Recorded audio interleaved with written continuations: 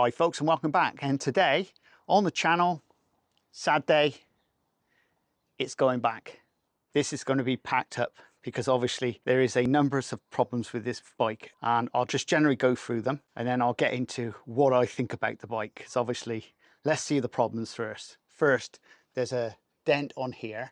Now this is carbon fibre and it doesn't dent.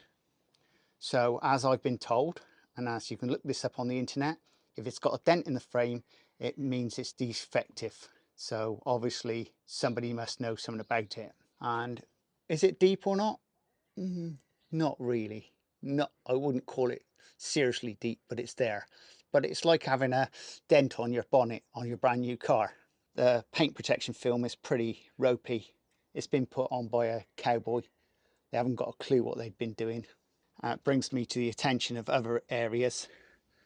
There's marks on here, scratch marks, which seems a bit pretty odd. But generally on this side, apart from the paint protection film and the dent, it ain't that bad. Now coming to this side, first, all the way down here, there's lots of scratches, which shouldn't be actually in there. But with the paint protection film on it, you can barely see it. Now I do notice some dents in here. Once again, that can be straightforward manufacturer, but that's not in your face, is it? That's out of view. Now coming down this side, once again, this is all scratched to pieces, and under here, and this is all under paint protection film, by the way, and underneath here, there's paint off, like it's been knocked or something. And on this side, once again, the paint protection film is really bad.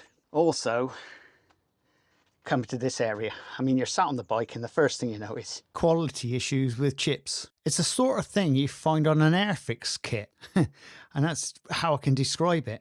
And also around here, it's finished off very, very shoddy. And around there, you can see where it's all out, but it's like chip marks and all in here. Now, I'm guessing this is a piece that drops in, and when they've obviously dropped that in, they've obviously damaged that whilst doing it. Though this looks like some type of foamy plastic, or it might be some rubber, it should have been nice. It's definitely not. You'd expect this on something like a Chinese bike, but not something at £11,000. Pretty ropey. There was never a manual with the bike, so realistically, I haven't got a clue how to set these up apart from watching videos on YouTube. The suspension, once again, it forks exactly the same. I don't have a clue how to set them up. There is bits and pieces on here. I understand about pumping up, but that's about the stretch of it.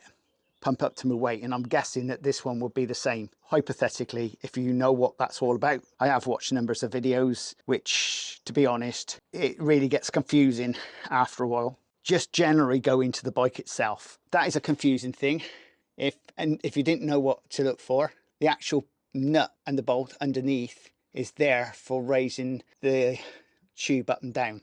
Right, moving on to this. This is very straightforward, and I've got to say, this is pretty easy. Obviously, you press it on, and then you can go up and down, off.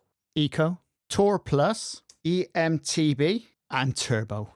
Now, basically, you can set this with your app, which is pretty nice. Also, you've got a walk mode on here as well. Over this side, this is the Sram gearbox, up and down. You know, if you've not used one of these before, it's connected directly to your Sram. I have actually physically disconnected this because this is actually going back. Buying the bike, very easy. On the internet, you go onto Wheelbase, you buy it, and that's it. Within a few days, it's delivered to you. But I specifically wanted matte paint protection film on it. And as you can see, this is gloss. So the company itself generally was good to deal with. If I'm reviewing them, would be 2 out of 5. But there again, it's like we say at the end of the day, a lot of communication problems. It must be management. If you've sent out a bike like this, and if you've seen my video, the box itself came out damaged. Unlike the box it should have came in, which was one of these. This is a Whyte's box, which you would have expected £11,000 bike to turn up in it. So generally, what do I think of this little motor down here? Well, that motor is a dream. And if you get to try one of these, you've got to. It's important to get on one of these just to try it out. The combination of the gears and that motor is something to dream about. I went out an hour and a half journey where I would go on an analog bike and I done it in an hour and a half, whereas on an analog bike it'd take me 2 hours. Now bear this in mind, it isn't a full fat, so it's lightweight. I've managed to get the speed up to this at 55.4 kilometers an hour, and that's around about, give or take, 35 mile an hour, something like that. That isn't bad for a bike like that. Now going back to these tyres, I would say if you're in wet conditions, back one fine, no problem there. That's brilliant. Wet or dry, I found that really good. There wasn't a problem with this one, apart from the colour. That's a 1980s style.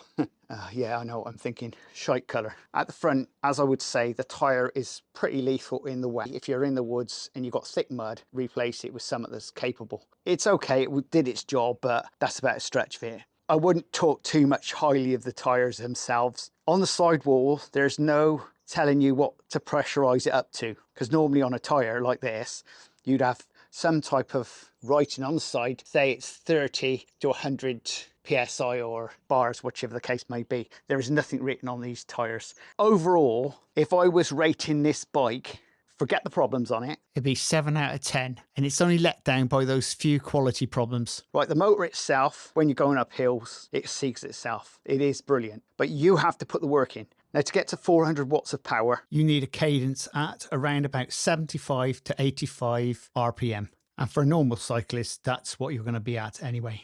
So the big question is, can you get it to 600 watts? Well, to be perfectly honest, I'd say that is practically impossible. I couldn't do it, and I don't even think I could do it if I was absolutely super fit. One of the cracking things that this bike actually does is when you gear it down, it's almost like, you remember those old GTIs and that, you gear it down and then it's like the turbo just comes straight in, but you're not actually using turbo, it's whatever gear you're in. It just really works so well. so there's no problem there. And the minute you start off, the power's in. If you want to use it, it's there. And with your app, you can adjust this fully. There's no problem there.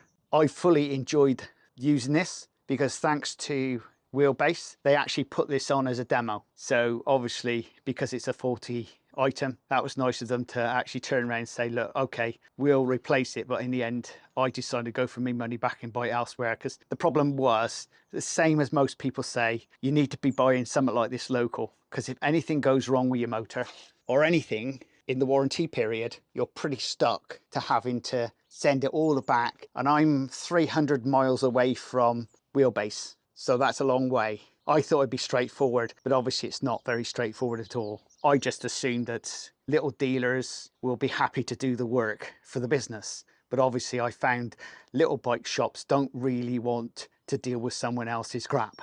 And I fully understand them. I think I'd probably be in the same thing as a business owner. I don't really want to deal with someone else's crap. Now this bike is weighing in at just around about 17 kilogram. It's basically just over a bag of flour to me, but because it's lengthwise, it's quite long, does feel a bit heavier than just an ordinary analog bike. But don't get me wrong, when you come to logs down, this is what I found in the woods. There was a tree down. I could lift this over the tree with no trouble at all. And the tree was 4 foot high. I managed to get over the tree and I got under it. So there was no problem lifting that. That is pretty light with any shadow of a doubt. Would you like something a little bit lighter? Yeah, maybe so. But that really does work the business for me. So whilst we're on the subject, I'm not going to go into any more rubbish about how I feel about how I've been handled by Whyte and Wheelbase, because basically speaking, that's between them two. They need to sort out their own selves. I mean, me, I'm just a customer. Let's have a look and see what Whytes have sent me. Just look at that, a proper box has been sent out by Whytes to pick up the e-bike. Why on earth can't Wheelbase have done the same? A proper box. So easy to done something right, wouldn't it? What's unbelievable with this one, it is so straightforward. You just lift the top off. Look, it's got all the packaging inside, and that's just to send it back. If they had that to start with, when they sent the bike out, the box would still be in one piece instead of being in several pieces. Look, all this packaging. Great stuff. So what I'm going to do now is just pack it back up, and then Monday that gets picked up. And if you're liking this type of video, please subscribe and please share. And we'll see you again very shortly on Auto Clean Truths. Laters!